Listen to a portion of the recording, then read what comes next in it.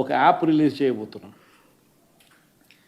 రాష్ట్రంలో ఎక్కడైనా కానీ ఎవరికైనా కానీ ఏ అధికారితో అయినా కానీ హరాస్మెంట్కి ఎవడైనా లోన్ అయితే ఆ యాప్ లేకపోయి యాప్ అడిగే క్వశ్చన్, నీకు ఏ రకంగా అన్యాయం జరిగింది అని.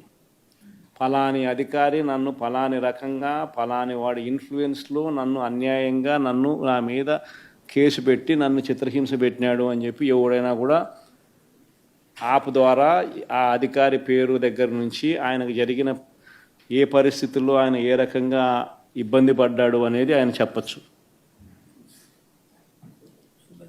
ఆయన దగ్గర ఏదైనా ఆధారాలు ఉంటే ఆ ఆధారాలు కూడా ఆయన అప్లోడ్ చేసే ఫెసిలిటీ కూడా కల్పిస్తూ ఉన్నాం.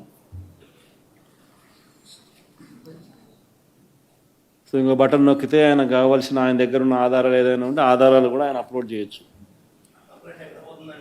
ఆటోమేటిక్లీ ఆ కంప్లైంట్ మన డిజిటల్ లైబ్రరీలోకి వచ్చేస్తుంది. ఆ యాప్ ద్వారా మన డిజిటల్ లైబ్రరీ మన దగ్గర ఉన్న మన సర్వర్లలోకి మన డిజిటల్ లైబ్రరీలోకి వచ్చేస్తుంది.